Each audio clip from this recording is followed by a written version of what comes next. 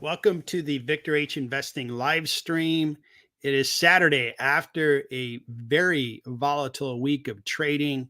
Hopefully, everybody out there made it through the week, having some gains toward the end of the week and recovering a lot of the losses we experienced on Monday. Monday was an incredibly volatile day where the stock market started with the Japanese stocks selling off aggressively. I think their stock market went down like 12%. And it really caused the market here in the United States to open lower, which was a big bummer. But we somewhat recovered most of our losses if we go back a little bit. So overall, it was good to see the stock market really came back. The volatility has been really, really crazy. If we look at the last month, we're down about 10%, but the volatility has been really, really going up and down. And volatility means that there's some fear, apprehension, caution out there, which is good. It's really good because I was really concerned that the market just kept going up and without, any sign of it letting up. Now, stock markets, it's good that stocks go up. It's great, but they can't go up forever. So in a way, I feel like the stock market took some medicine.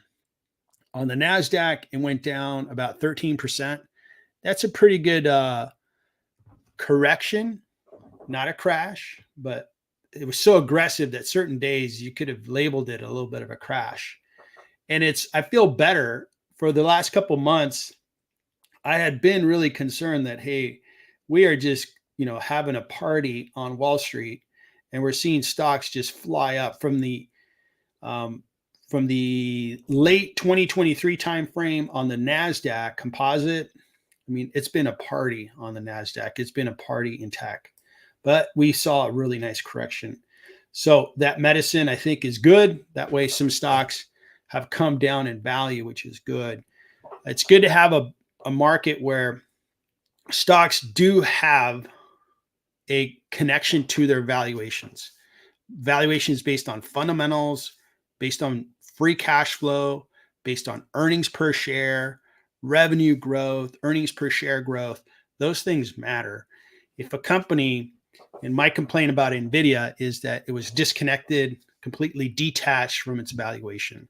People are just kind of imagining, hey, this company is going to be gigantic and it's going to be so big and powerful. And it may be the case, but at least my philosophy is I don't let my imagination value a stock. I let their numbers, fundamentals, the numbers off their financial statements tell me what is the evidence that shows me what that company is worth, and then I value that company. So it's good that we've had a tumultuous month, which has been the medicine that the stock market's taken to bring down prices. When we look at it historically, I'm looking at a chart here with a couple of graphs. Let me try to get myself out of the way. I think I'm in the way on this picture. And if I had a way to get this out, let me see if I could there we go. So that's better. So we're looking at the NASDAQ. We're looking at the 1 year chart. Am I looking at 1 year? Yes, 1 year chart. And the red line is the 50-day moving average. The blue line is the 200-day moving average. And if we go back into last year, we had that correction in the latter part of the year. And the NASDAQ went below the 50-day moving average, and it went below the 200-day moving average, which was healthy. Last year, we had a very good beginning to the year. We had a correction. Then we went gangbusters toward the end of the year. It was pretty interesting. And it stayed up for the most part. We had a kind of a half a correction in the springtime of 24. That came down. It came below the 50-day moving average, but it didn't come near the 200-day. So it wasn't all that steep. Now we had a correction where we had the NASDAQ touch the 200-day moving average. So I think it was a good, healthy pullback. Glad it happened. Where's the market go from here? Well, let me show you one more data point, and then I'll give you my best guess. So one more data point that I'll put out there is what really moved over the last month? Well, no big surprise. Semiconductor material manufacturers went down. Semiconductors went down. I've been saying that, hey, those are just oversold. And uranium was down. Some copper, computer hardware, companies like Supermicrocomputer, Dell. I think Dell was kind of played up, but I don't know why. Like hardware manufacturers and assemblers, they have very little margins, so those companies aren't worth much. So that was interesting to see them, but now they're being really corrected. They took the brunt of this correction, and again, that's healthy. It's good to see the market kind of say, "Hey, maybe semiconductors are too expensive. Maybe computer hardware companies are too expensive."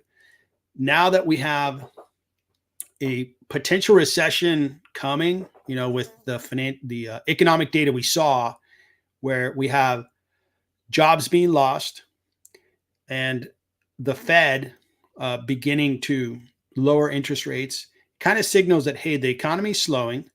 And if we have a slowing economy, companies become more careful with their capital expense.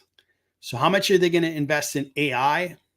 Probably a little less. If they have to tighten up the purse strings, lay off people, which is happening, they're going to have to be careful with their capital. They're not just going to be, chasing every pipe dream that they have. Having said that, I think that's going to contract or at least slow down the build out of AI. That is an expectation that I have. So that we'll see how that plays out. So those are some things that I'll set the table with as we have a conversation here. I think we're in a good place.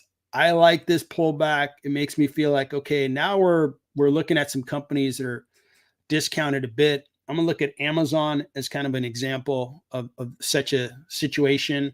And I'll look at that in maybe a few minutes. But that's where we're at on August 10th, 2024.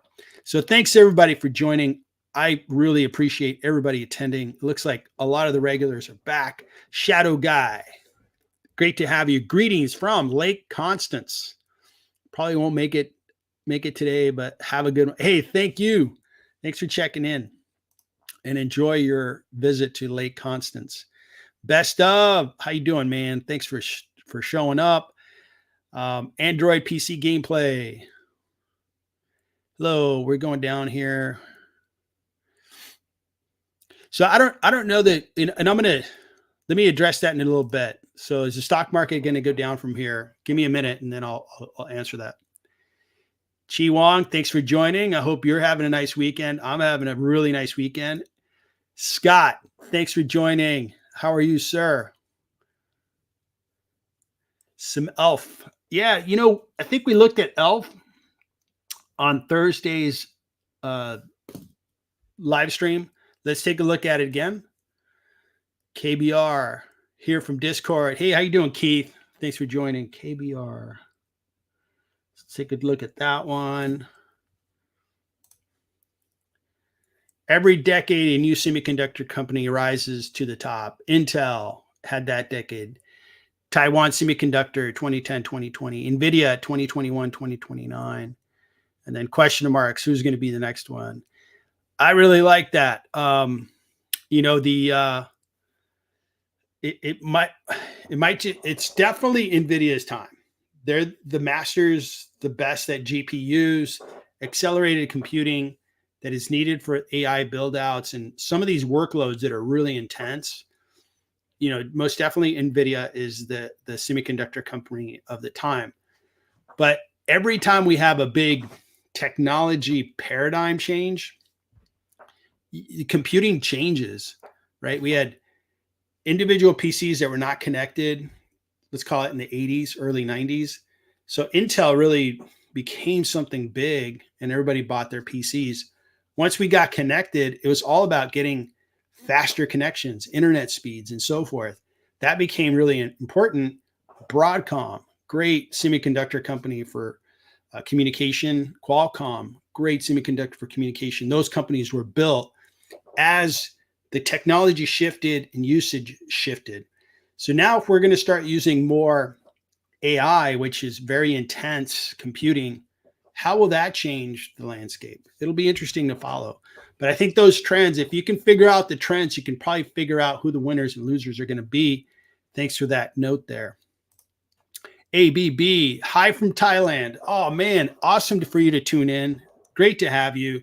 You have a beautiful country. I'd love to visit Thailand someday.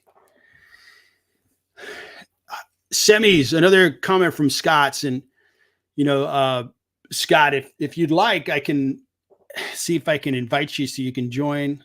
And I'm going to send you an email if you'd like to join. It'd be great to have you, and you can join if you'd like. So bear with me, everybody, just 1 second.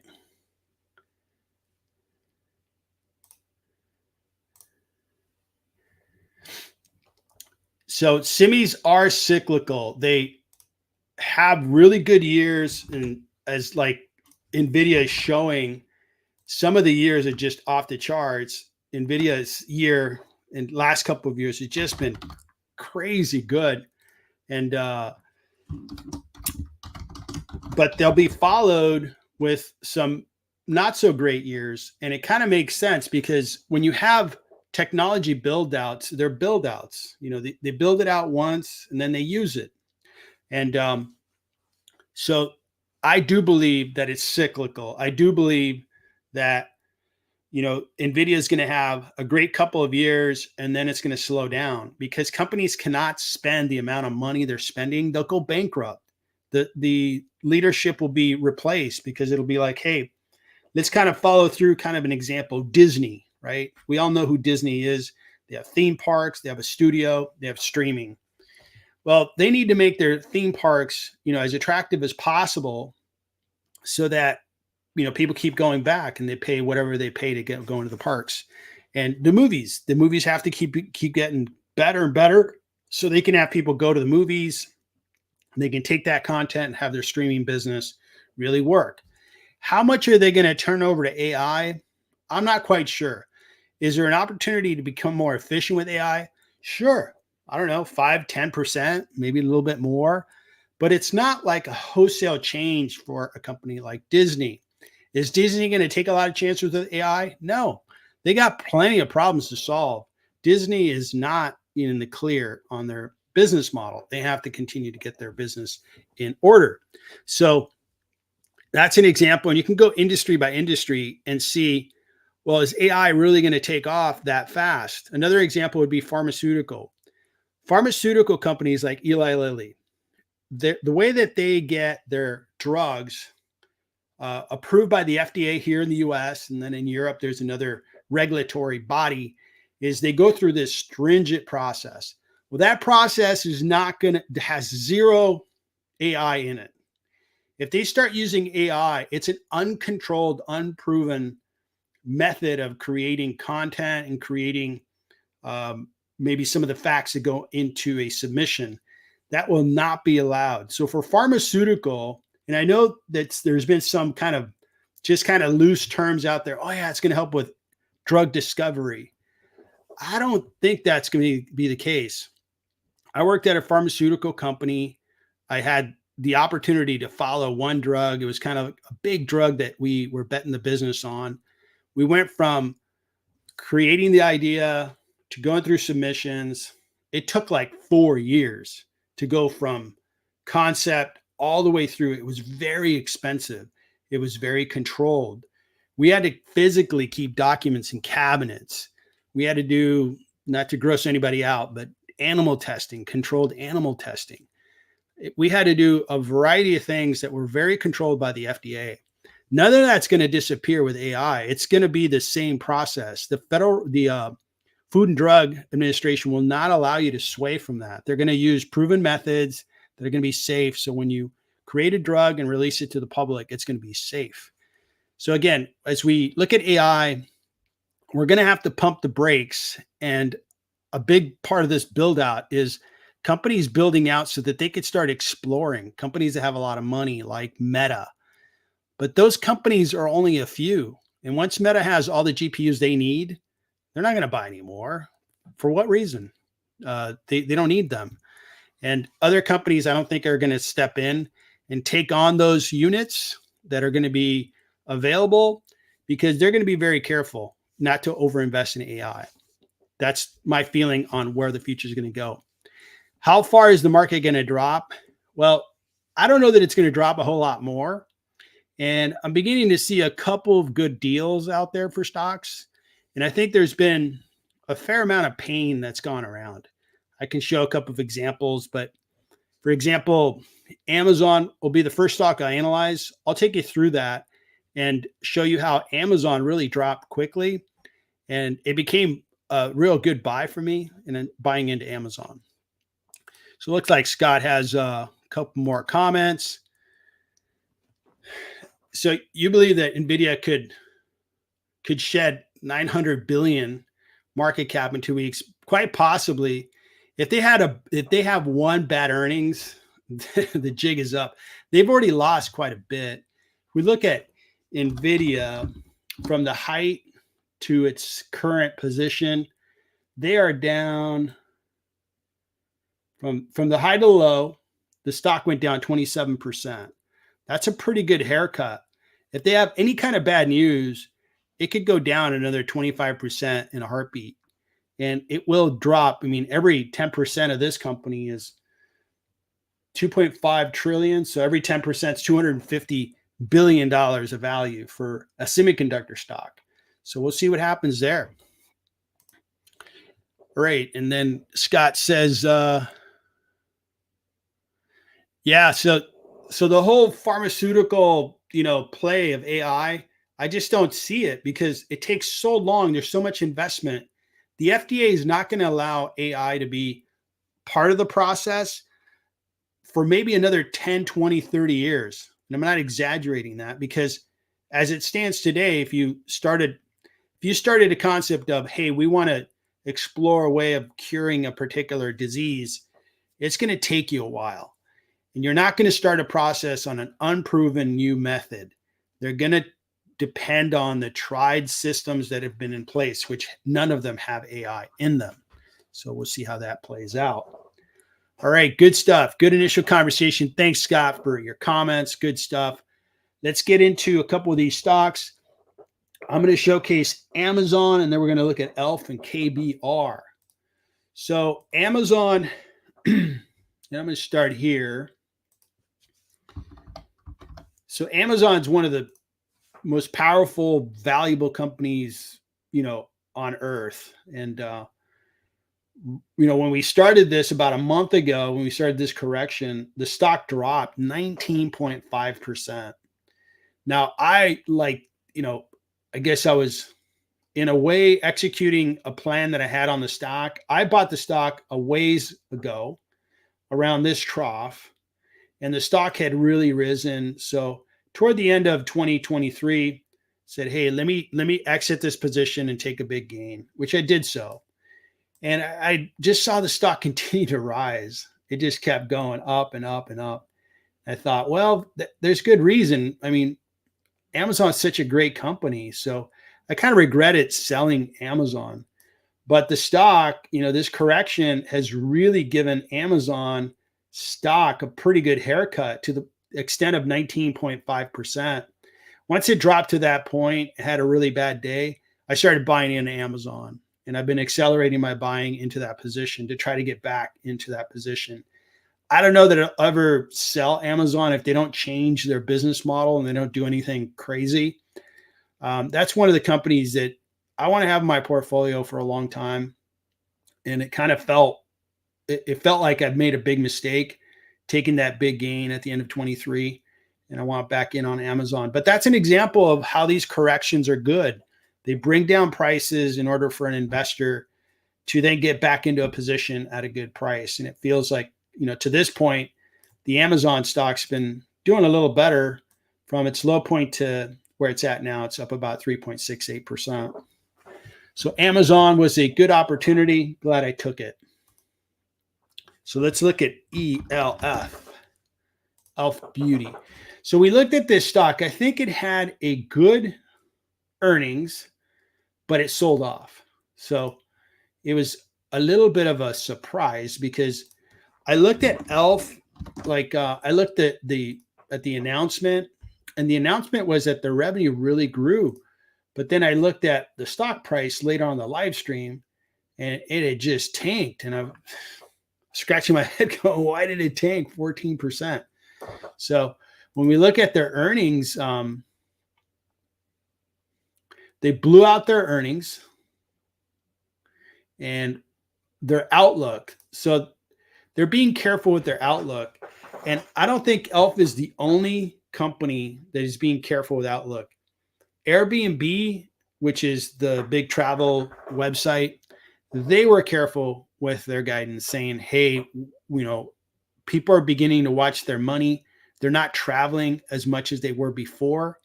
So when it comes to Elf is in consumer discretionary, and that's what caused the stock to really sell off. Is are ladies going to be buying their cosmetics as much as they are today?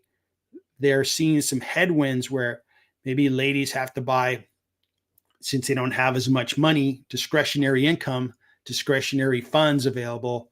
Maybe they have to buy less expensive cosmetic for a while, or maybe do without as much. Be very careful with how they use it. All those things are factors that made them, really guide to be conservative. And investors smelled that, maybe we're going to have a loss of revenue growth in the future, and the stock really sold off. Now, I'm not a big cosmetic investor. I've never bought kind of this type of investment. I don't think I have the right, background and knowledge to be a good investor. So I wouldn't be making an investment like this. I kind of disqualify myself early. Having said that, let's look at fundamentals. Market cap, it's not the biggest company in the world, 9 billion. It's not bad. And then 1.3 billion in revenue. That's a pretty good revenue clip. You're paying about 8 times revenue for the company. Their PE ratio is high at 76%. Forward PE gets better, but it's still pretty high. Now, growth rate, they are really growing. Man, such impressive growth. And the most recent quarter that just closed was 50% growth. That's excellent. The growth rate is slowing down, but it's the law of big numbers. As you become bigger, that percentage goes down. It's just harder to grow bigger numbers. So that's understandable.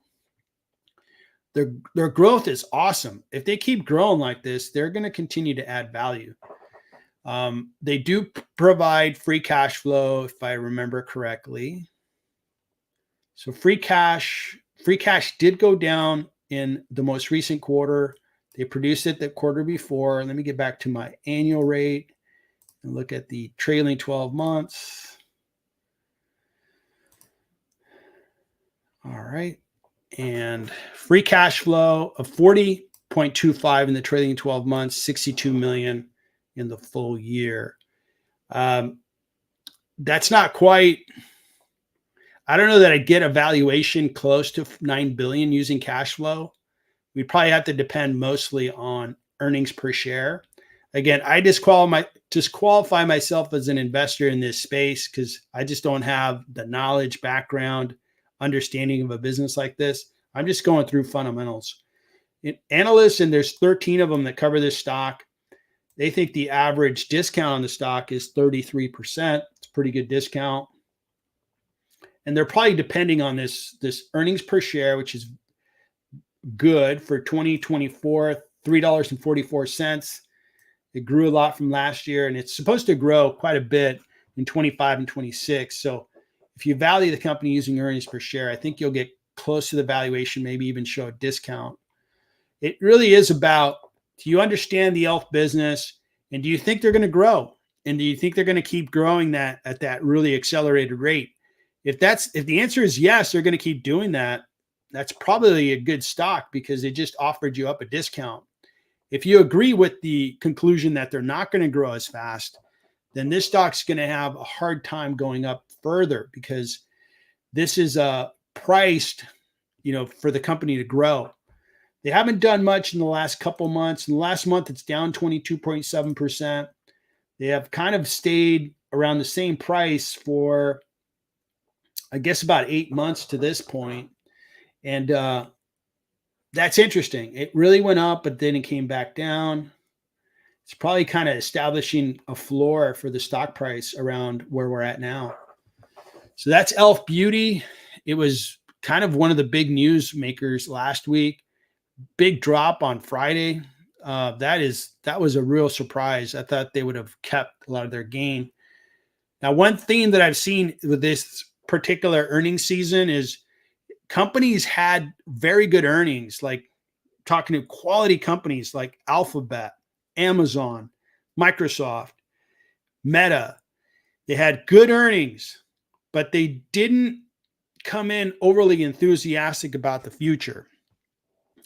That kind of made investors scared that, hey, earnings are going to be uh, worse in Q3 and in Q4. Then we get around to the economic data and we see that there is job losses. There's fewer jobs. Unemployment rate is rising. So those things in combination tell me that the economy is slowing and companies are going to have a harder time staying at these profitable levels, these profit levels, and at these growth levels, because a sluggish economy is really going to affect like consumer discretionary, advertising, car sales. I mean, it really affects a lot of things. And I think that in combination is what's been driving a lot of the sell-offs that we've seen in a lot of stocks. There's been a couple of stocks that have really gone up nicely. Uber was one of them. Great to see Uber just crush it and their stock price really jumped. Eli Lilly, I think, reported really nicely. Eli Lilly is just the dominant company in pharmaceutical. So impressive. So that's my opinion on ELF. I hope you found it interesting. I think KBR was a stock that somebody wanted to talk about. KBR provides scientific, technology, engineering solutions to governments and commercial customers worldwide. It operates through government solutions, sustainable technology. Okay. It's an industrial sector company. It's engineering construction. Okay. All right. So they provide professional services in, engineering construction. The company has an $8.5 billion market cap, revenue $7 billion. Let me look at their chart on Google because I like the way I can chart on Google.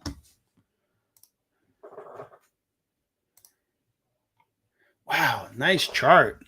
Up and to the right. The company is, for the 1 year, about 5%. It's kind of stayed around its current stock price. It really dropped, and then it's really gone up from that low point. So what's going on with this company? All right. So the PE ratio is 43.5, but forward PE next year, it's going to be 18. That's pretty good. It's a strong buy with about a 19% discount. They've been growing a modest rate last year, although 22 they went down, and they grew nicely in 21. If we look at the quarterly, the growth on the quarterly is right there with their modest growth rate. So these guys aren't breaking any records. Okay, that looks good. Cash flow wise, they've been kind of staying around the same cash level. If anything, it's been declining. That's a concern. Why isn't their cash flow growing year over year? And if we're headed into a recession, maybe a slow growth period, professional services companies are going to have a little bit of pressure on their businesses because governments or companies that usually hire companies like these, they're not going to have as big of a budget that they had maybe in 23, maybe in 24. As they budget and reward companies these types of contracts, they're going to have smaller budgets to work with. So these guys I would consider that in my evaluation of the desirability of this company. These companies, professional services, they could be, I think, short-term winners, but they don't have any like long-term great appreciation. Like it's not the next Meta, it's not the next Apple. It's just going to be good returns. But I would say if you're in the stock for a year or two, that might be a really good period to get in, have an exit strategy, and then take your gains. Because professional services companies, they just don't have like that ability as they get bigger to get more profitable. Here's an example. Facebook, the company wrote the platform, created the platform, and let's say they got their first million users of Facebook. Well, the cost to go from 1 million to 2 million users wasn't that much. And to go from 2 million users to now they're upward towards 4 billion users. It's not that expensive to keep growing and creating more scale. Professional services, they actually have to hire educated, qualified people. So if they want to be twice as large, they have to hire twice as many people. So there's no big, advantage to being bigger and scaling up. I'm sure there's some advantages like brand and ability to do bigger projects and so forth, but it's nowhere near like a Meta or an Apple that designs the iPhone once and then just stamp out a bunch of units and it's very profitable business. And I can go on and on. So I like looking for businesses that will eventually be in a scale that is really profitable. Uber only had to design their platform once, build it once, whether they have 1 million drivers on it or 1 billion drivers on it. The incremental cost to grow the business is quite low. That's the business I want to invest in, not a professional services business. So I wouldn't be an investor at KBR, but those are the fundamentals that I'm seeing in that company. Hope you found that interesting and good luck with that stock. All right, so let me catch up on some comments and see where we are with comments. So Omar, good to see you. So do you have any businesses or plan to start a business? At the current time, I don't plan to start a business. I do have a real estate business that I operate with my wife. We rent out residential real estate to tenants. We once had a short-term rental business on Airbnb, and we sold that business along with 2 properties with a nice profit. But for the current time, I'm a YouTuber and I manage my portfolio, and that's what I'm doing for now. I'm getting ready for a good real estate market. That's probably a year to 2 to 3 away from us. And who knows, maybe I will start a business in the future, but just not at this moment. All right, so Android PC gameplay. Do you want Amazon for long term? I have MBOT. So the answer to the question, do I plan to keep Amazon for a long time? The answer is yes. So Amazon, I don't know that anybody's going to argue that they really have e-commerce figured out and they have a big advantage there. And AWS, they have a huge advantage there. And they have a streaming business. They have a variety of businesses. The grocery business, I'm not quite sure why they're a grocery business as well, but their e-commerce business is so darn powerful that that's why I want to be an owner in Amazon and their AWS business as well. I don't think they're going to fumble, even if they made a few mistakes. They have such a lead in those 2 businesses. They have room to make a few mistakes, and everybody else has to catch them if they can. So that's why I want to be an owner in that business. It's a very desirable business to me. Yeah, so good luck with ELF. Look at ATNU Holding. ATNU. I can certainly take a look. Give me a few minutes. And then NU. I'll take a look at that. New Holdings. Yeah, that's the company down in Brazil. And I'll take a look at that. So you want to look at Celsius. Let's see. All right, we can look at that. Very nice to see you, Sam. Thanks for joining. And Pat, thanks for joining. Sion Ken, what do you think about PEG? So let's take a look at PEG. All right. Let's go down the list here. MBOT. So MBOT, Microbial Medical. So this is a tiny company. So this is Microbial Clinical, Preclinical Medical Device Company engages in research, design, development of robotic and endoluminal surgery devices, minimal invasive surgery space. Okay. 22 employees, tiny. Wow. So are these guys pre-revenue? Let's take a look. So they have very little revenue. Okay. And they are losing quite a bit of money. So they lose money. They're really small. And from a cash flow perspective, I'm going to expect that they are burning cash. Yep, burning cash. And from a balance sheet perspective, they don't have a lot of cash. They have roughly like a year of cash on their balance sheet. Hopefully they don't have any debt. They have a little bit of debt. So this is a risky investment. If you have some real insight into this company that leads you to believe that, hey, they're coming out with something that's going to be incredibly valuable to many people, many customers, many patients, that'd be one thing. But on the surface, this is incredibly risky. The other thing is a really small or a low stock price like this, out of the gate, like 90% of investors would not be interested. They'd be like, yeah, this is high risk. No, thank you. This is losing money, burning cash. They don't have a lot of cash on the balance sheet. So this is super high risk. If they make it, whoever owns their stock is going to be rewarded, but it comes at a high risk. Okay. So good luck as you evaluate that company. And hopefully my comments are interesting to you. So, and I think it's NU that we want to look at.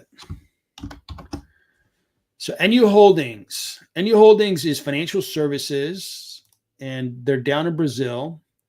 They have been a high growth company. So they do digital banking in Brazil, Mexico, Colombia.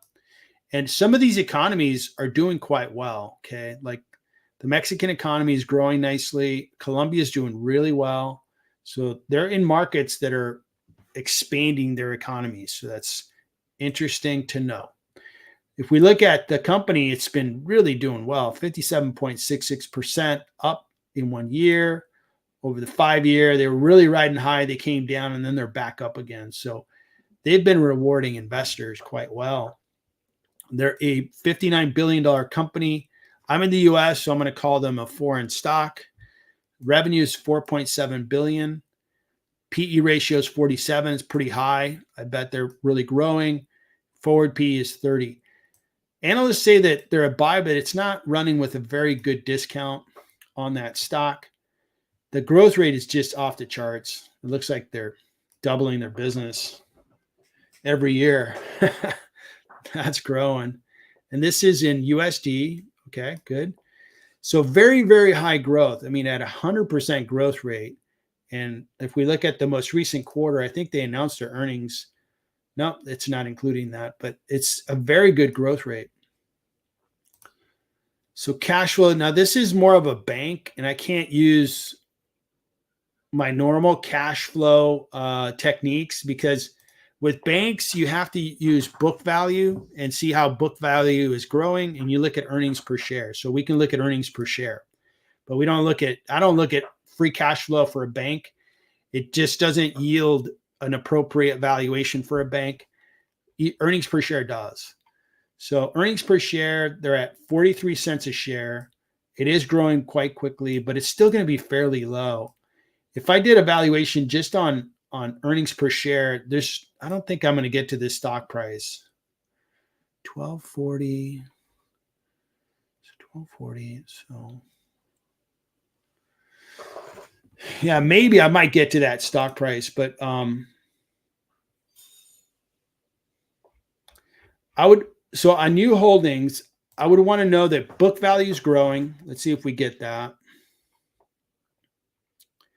Here's a checklist on a financial services company or a bank. So we want to see book value growing. So the book value is 6.8 million. You want to look at that and see if it's growing year over year. You want the answer to be it's growing nicely year to year, because that's how banks are valued. And I think it might be here. So book value per share. So it is growing nicely. 33 cents a share, 96 cents, $1.04, $1.34.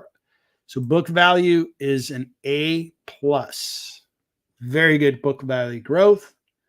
And if we look at the earnings per share, didn't like amaze me. I think it prices the stock at a reasonable price, but it's not like, oh my God, look at that discount. Overall, I think it's a interesting buy if you want international exposure. It would be at a higher risk level for me because I'm in the US and this is a foreign stock for me. I'd be careful with it because you can have some bad news in Brazil and then this stock will go down 40%. It's a rather young company. I think it's going to continue to grow, but interesting stock. I might add it to my watch list. I think it values well on book value growth. I think book value growth is going to show that this stock is really heading up in value, and the earnings per share will support the stock price, but won't show a big discount. So good one. I know new holdings came up in Scott's one of his live streams. I know he evaluated it too. You might want to check out Scott's due diligence. He did a live stream and evaluated new holdings.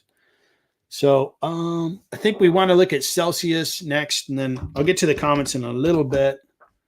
So Celsius, Celsius was really growing nicely.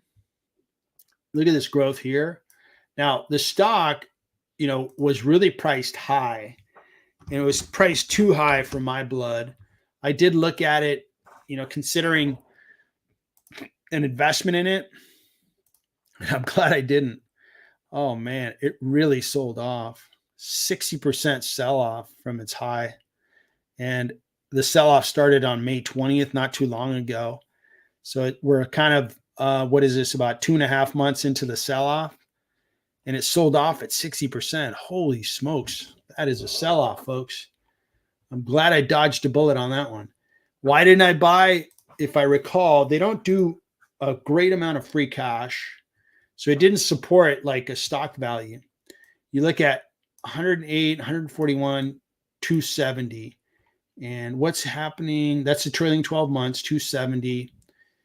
If I go 30 times that amount, I end up with like close to 8 billion in market cap. And that's after it's been, devalued quite a bit.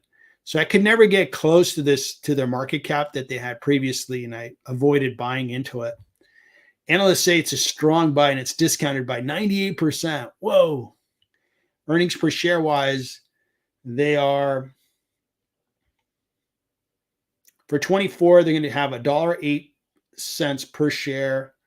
They're growing earnings per share nicely. So that looks good. So, okay, that looks good. On the financial side, so the growth is slowing down. You see how you're going from last year for the quarter that ended in June, they grew at 111%, but the growth has really come down to 23%. Now these guys, the beverage business for a new player, right? It's really hard to break through.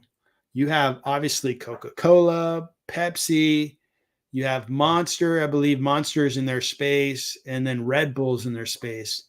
So you're playing against some really, really strong players that don't want to see you take away their market share. So I'm sure that's one of the headwinds. Now, is it just more desired by the consumer? Could be. Just that slowing down of revenue growth is what's causing the sell-off. And if you're not growing, you're not going to get a growth valuation. Growth valuations means that even though the free cash flow is small, you multiply it times a greater factor because investors are expecting you're going to grow that much faster. In this case here, as their growth slows down, it's selling off big time. And it might be warranted. It might be kind of a reality that, hey, they're going to start growing in the teens. Well, that might be good. They might be able to keep their valuation around 8 billion, but it's not going to go up much more from there. If you just become another beverage company, you're just one of the pack. Maybe even they get acquired. Maybe. So that's what's going on with Celsius. Man, it looks like I avoided see these jumps here.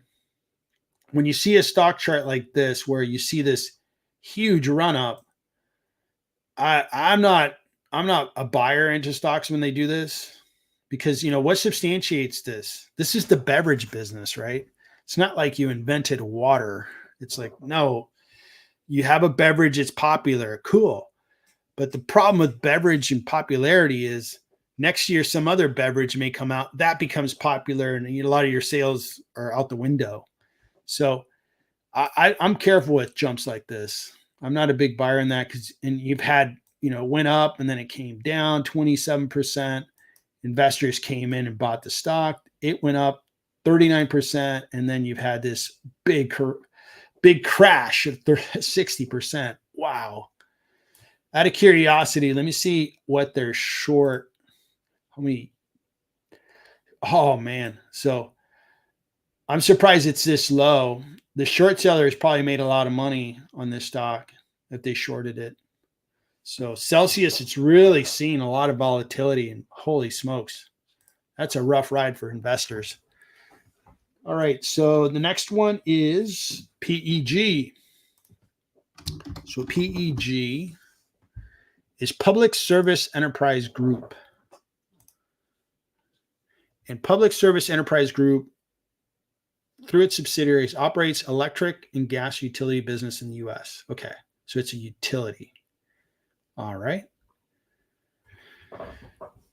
Looking at, and it's PEG.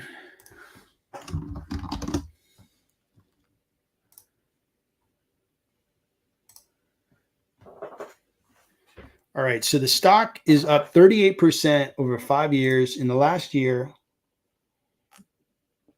it's up 32%. And this is part of the AI hype. AI companies consume a lot of power, and it's expected that these utilities are going to be able to expand on that, grow on that, charge more money.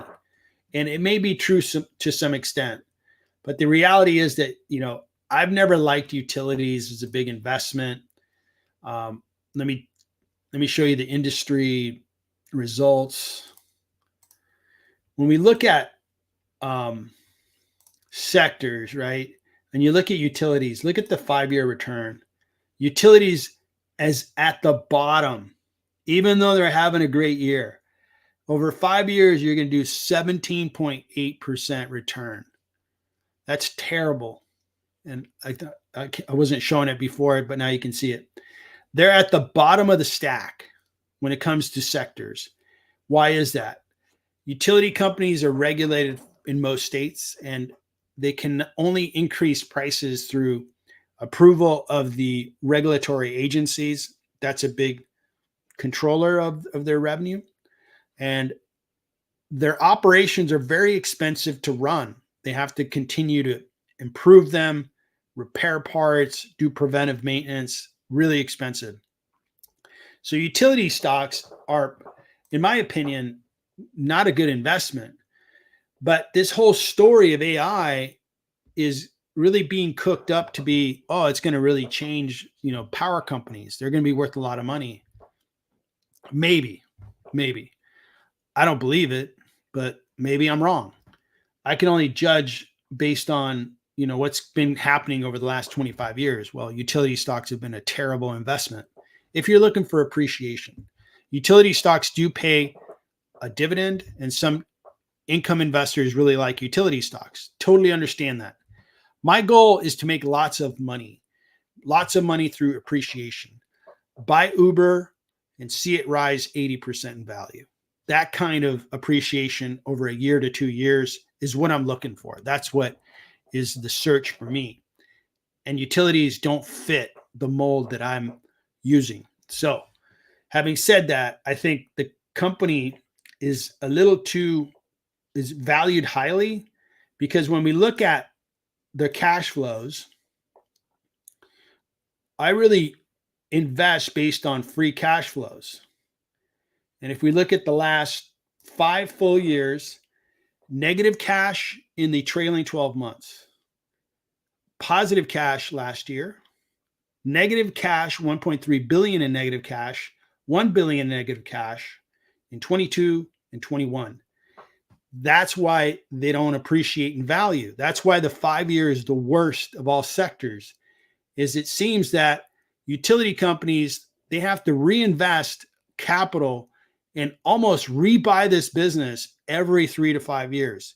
It doesn't scale up. Like I used an example earlier of Meta, right? Meta doesn't have to put much capital to grow revenue. These guys do. Somebody might have the thought of, well, they're going to double their capacity. They have the opportunity to double the amount of electricity they sell. Okay, how are they going to do that? They're going to have to build a new power plant. Okay, that's going to take a lot of capital. It's going to take a lot of time. So that changes the whole picture of how much capital, debt on the balance sheet, and there's just a lot of headwinds for a utility company to get bigger, which is why I'm not an investor in a utility company. In fact, I am shorting one utility stock, and the utility stock that I am shorting is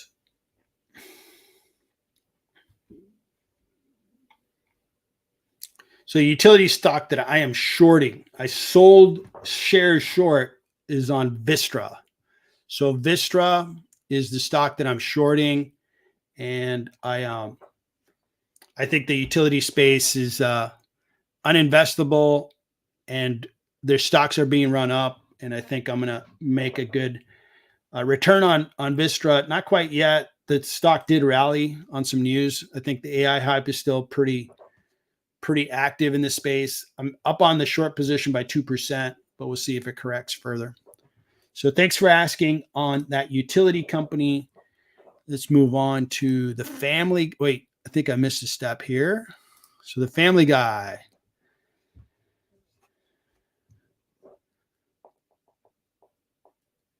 What do you think about put options on Kohl's stock? So I'm not a big fan of retail stocks.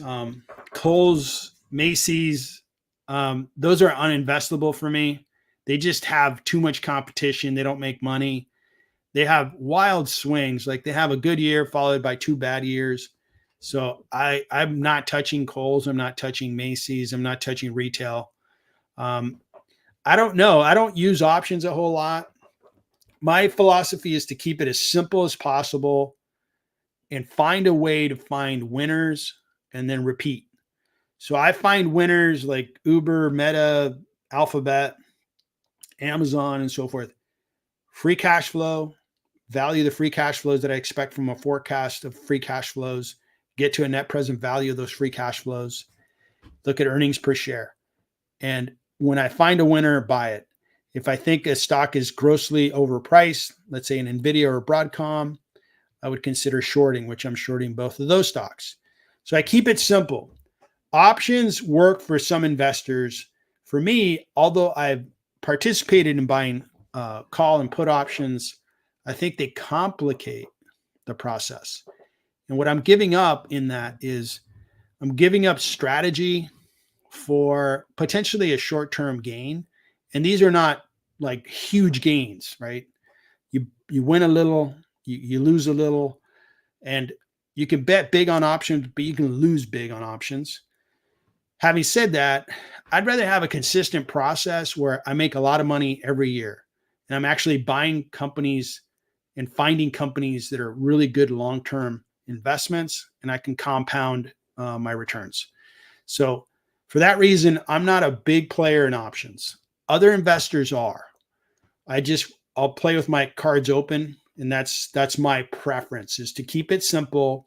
Options complicate my investing, and I'd rather not do that. I'd rather keep it simple, keep it successful, and repeat it. And repeat a simple process, as simple as I can make it.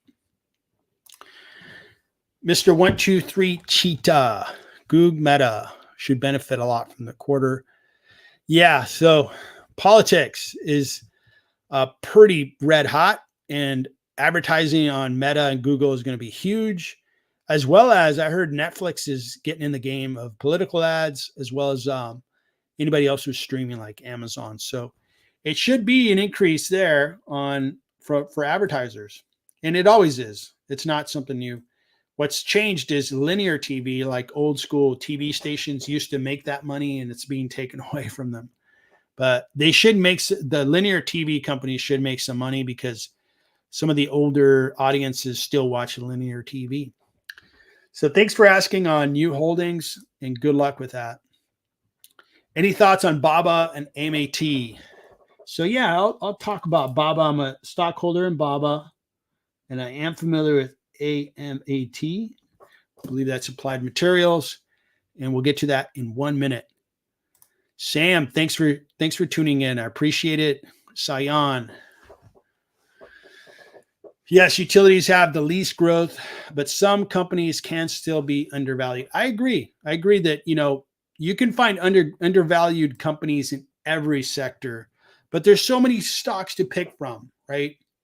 And my choice is, hey, I want to find the next Meta.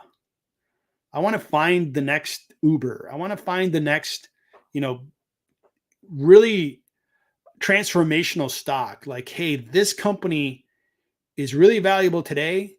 I could totally see it being twice as valuable in 5 years and 4 times as valuable in 10, 15 years. That's an exciting investment. And I'd rather spend my time, energy, capital finding the next one that looks like that versus, hey, I think I could make 10, 20% on this mediocre sector. And, I do have some income producing stocks in my income portfolio. For example, I have like 3M, which pays a good dividend. I have Pfizer and so forth. Am I betting like that those are going to like double in value in the next 5 years? No, I think they're going to have a decent rate of return. They have a good dividend. But my portfolios, that is a smaller portfolio. My big portfolio is growth oriented. I want, if I can find one that's, appreciating at 30, 40% a year and does that for a couple of years, and I'm sitting on a 2, 3, 400% gain in 4 or 5 years, that'd be great. If I have to kiss a few toads to get there, meaning I buy a few stocks that don't make it, and maybe I lose a little money, maybe just have a modest or no return on those stocks, that's the price you have to pay to find those real valuable gems of stocks. So that's where I'm going to focus my energy. So, all right. So ES is a good short too. All right. Let's take a look at ES. Palantir. Have a good semester.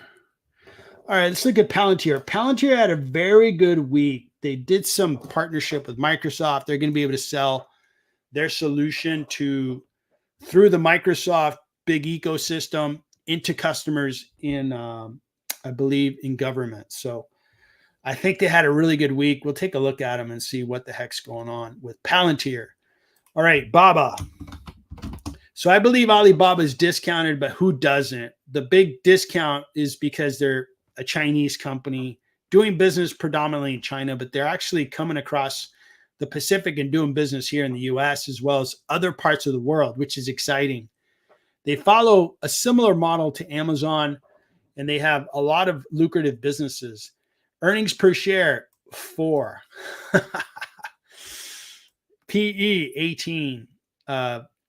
So they have a forward PE of 9.5. They're just so valuable, but they're discounted because they're in China. It's a strong buy, discounted about 34%. My discount on the company is about that amount.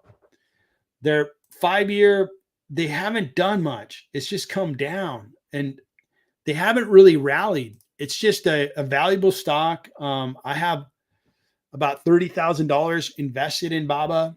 It hasn't done much. I think it's either up or down a little bit, not a whole lot. So Baba, I'm up $157. Nice on a $31,000 investment. So it hasn't done much. But at some point, I think just value's value. And these guys strategically, I like being in China. China's such an important economy. They continue to grow. Their population is still growing into like doing digital transactions and buying online and so forth. But some things that China's doing are quite impressive. Like the EV market's going to be, in a way, China's going to be a big player in EVs. They're a big player in technology. And I think Alibaba at some point is going to begin to rise just because there's just too much value in this company to ignore. They produce great free cash flow.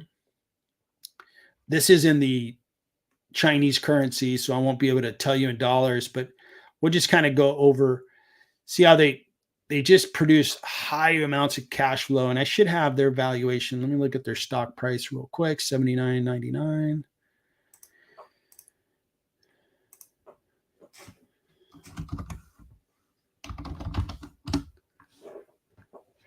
All right, so Alibaba and their stock price is 79.99. So I have them discounted at 65% because they produce this amount of cash flow, just a very high amount of cash flow. And when you just do a net present value on that cash flow, even though I'm using a really high discount on this company, I get to a 40% discount. You look at the earnings per share using a reasonable PE on a company that's growing like this.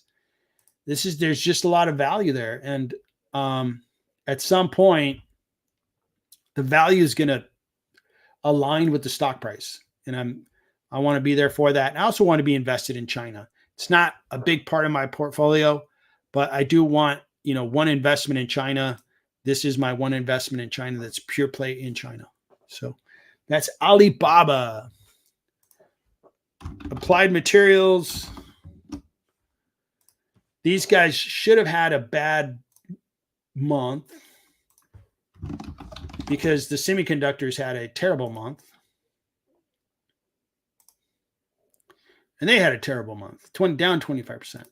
So you heard my opening comments that, the semiconductor space is priced really high.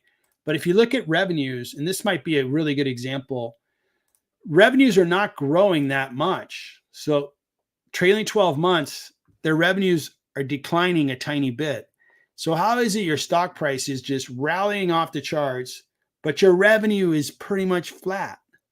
That's a sign of a bubble to me. That's a sign that it's a lot of stories and hype is being priced into a stock that is not growing very much. So that's the story on Applied Materials. It's really run up because, AI, the data center build out. Oh, phenomenal. So the stock's up 225%. Meanwhile, the company's not growing. The picture does not match. So the valuation is not aligned with fundamentals. If a company's not growing, their value should be lower. It should be going down, especially if you went down from high growth to no growth. Well, what's the problem? Okay, lower semiconductor demand and lower need to buy the machines and components and things to make semiconductors. So this is a really good example of, the stock price is not aligned with the value of this company. We look at their cash flow. I don't think they cash flow very well. So 6.8 billion, 7.5 billion. Actually, they do cash flow quite well. They've been growing their cash flow. So I take that back. So 6.8 billion. So you can get probably to like a premium of 20% using my model based on cash flows. You can probably get to like 120 billion of value. But I would have a hard time because I'm not seeing growth in the business. I have to see growth in the business to give them a more premium valuation. Like, hey, this company is growing by leaps and bounds, so I'm going to, give them a 3x value because it's such a high growth company. In this case here, I'm not seeing the growth. So that's my comments on Applied Material are intact with my comments on semiconductors, that those semiconductors are just really, really priced high. So EverSource Energy. So I know where this is going. So this is another utility. Wow, look at that. So I didn't expect that. So this is kind of just bumping along. It's down 2%.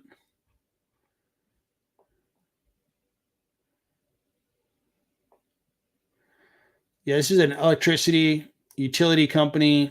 I kind of shared with you what I feel about utility companies. I'm not a buyer of these stocks. It's up, modestly, but this one here, I don't know. I think it's probably fairly priced for a utility investor. That'd be my guess. I don't see any big drastic move in the stock. It was bumping along in the 80s, came down substantially, and that's where they're at now.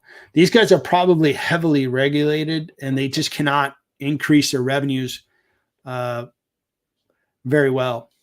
Yeah, I don't know that I'd short this one. There's just not enough room there because, how much room is that? Will it go down 10%, 20%, maybe? I'm looking for stocks to short that are like grossly priced at a premium where I could see, hey, it'll probably go down 40, maybe 50%. So I set my exit strategy at, okay, I'll short it. And as soon as it hits 30, I'm out. And then I've got, a room for error. But a stock like this, I don't know. I think I'd be waiting around a long time just to earn maybe 10% on a risky move, which is a short position. So thanks for bringing it up. All right. So I think we wanted to go over Palantir. Palantir has been pretty darn hot. And so Palantir over the last year up 94%. It had a really good last week. Last 30 days, this one did go up when a lot of stocks sold off. This one included, it sold off 16%, but then it was announced that they have a new partnership, and the partnership should be lucrative to create more revenues for them through Microsoft. So that was good news for them. Investors really liked what they heard. And if we look at Palantir, they are a good growing business. They're growing nicely. But one thing, I'm looking at the annual. This is not like incredible growth. Keep in mind, Meta, which is massive, like $130 billion in revenue, they grew at 20%. So 21% is like not knocking my socks off. It's not overly impressing me. It's just okay. For a company this size, 2.5 billion, growing that amount is not incredible. That's what Meta, Amazon, Alphabet, that's what they do in a month, if not a week. So looking at their free cash flow, so they do about 696 in free cash flow. It is growing. This is like, I'm going to call them a software company, a technology company, an AI company. So that's 700. So I could probably get to like 21 billion in market cap, and it's at 67 billion. So this one's priced really high. I do have a valuation on these guys. What's their stock price currently? It's $30. So let's take a look at, this is one stock that I'm considering starting a short position. And it's really run up nicely like that. So it's really setting up well. So if it's a $30 stock, it's being priced at a 45% premium. I give them a lot of like optimistic forecasts, like grow 25% on cash flows. If they have any missteps there, the stock price is going to tank. Their earnings per share, I take that into account. So this might be a short position I start on Palantir because they are a newcomer, and I think they're growing nicely, but not incredibly. And we saw what happened at CrowdStrike. You make a mistake, like Palantir has one bad customer story and their business can really suffer, or a big competitor comes into the space and starts competing against them, that could really put a lot of pressure on that stock price. So I might short Palantir going forward and uh, see where that goes. Just a quick reminder, I'm an investor. Just sharing my, my comments on what I'm going to do. Nothing of what I ever share is financial advice. I don't recommend you ever short a stock. I don't recommend you buy or hold any stock that I talk about or sell based on any comment I make. So, but those are my comments on Palantir. It's priced at a pretty high premium. It's set for perfection. We'll see if they are going to be perfect or if they're going to falter and come down in price. So that is Palantir, but they had a great week. So utilities are up 40% this year. Sometimes utilities are a good buy, especially when the sector is really oversold. It could be, it's just, you got to follow the logic, which is, why are utilities up? Well, they're up because there's an expectation that the AI build out and the data center build out is going to consume a lot more power. And I would say, okay, that's the story, but are they truly consuming a lot of more power? Where are they getting the power to fuel up all these GPUs? I live in California, and we've had our fair shares of blackouts over the last 10, 15 years. We've had 0 blackouts this year, last year, the year before. AI has been around for a couple of years. Why are we not seeing that demand? Why aren't we seeing like more blackouts where they're like, hey, sorry, we have a big stressed grid, and we have to cause more preventive blackouts. Not seeing any of that. I don't know if anybody located in other states has seen that, but I'm trying to make sense of, is it just a story where people are cooking up like a potential outcome, positive outcome for utility companies? Or is it going to be a situation where it was just a story without any facts and fundamentals? So therefore investors were left holding the bag. We'll see how that plays out. All right. So I had prepared one data sheet that I forgot to share with you guys. So what I did is, here's all the stocks that I track. I either own these or I put them on my watch list. And I put what I think is the discount that I have or the premium that I've calculated. And I did a big, scatter plot of where they reside here. And let me separate these charts here so we can see them better.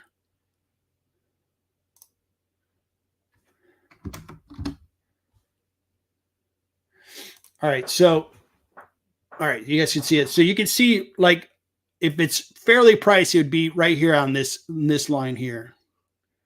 So you can see a lot of stocks are priced at a premium down here, and then some stocks are being priced at a discount. And what I was going to show is, this correction is good because it's put more stocks at a discount. And let me see if I can give you some examples.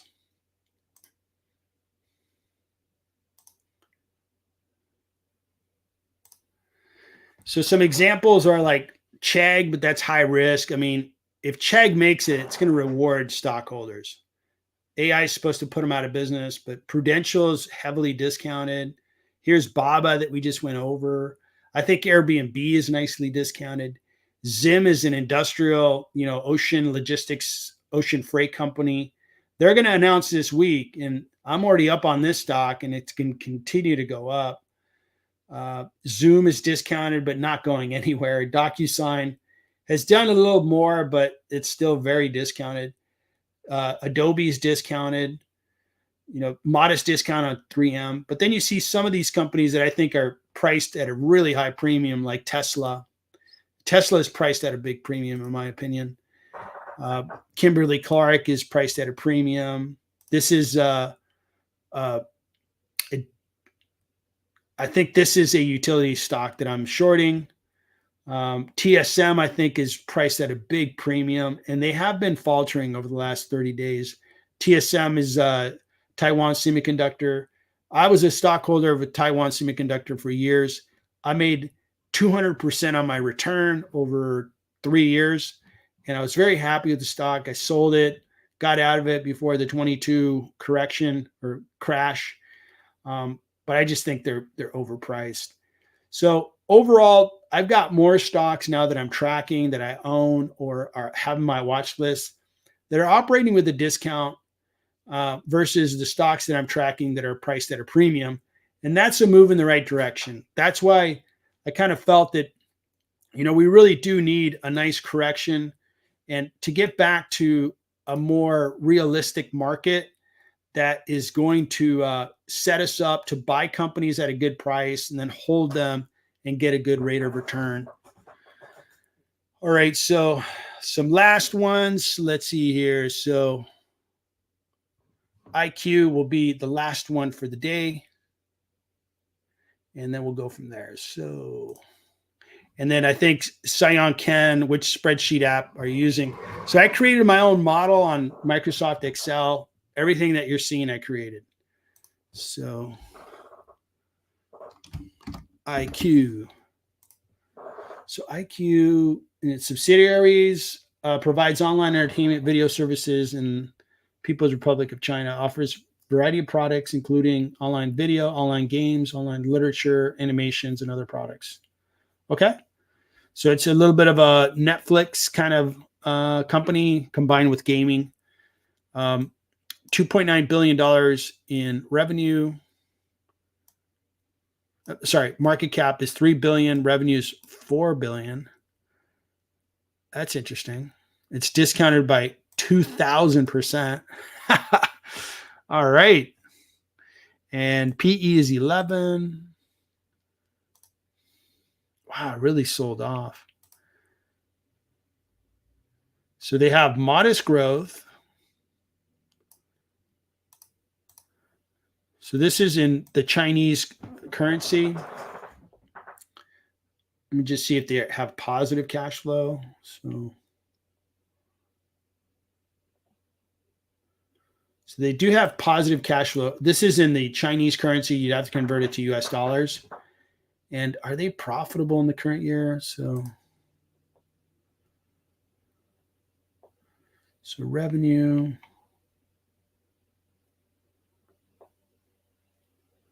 So their net income is good.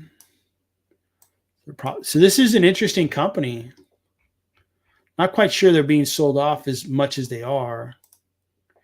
Maybe it's a whole scare with, TikTok and the U.S. government saying, hey, we're not going to let Chinese companies hold American, personal data.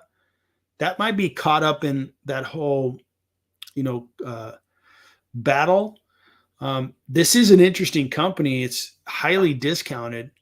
I'm not looking for a second Chinese stock. I'm going to limit my exposure just because the reality is, BABA hasn't gone anywhere. And it looks like this stock is really, following the same fate, which is the market just is not buying their stock.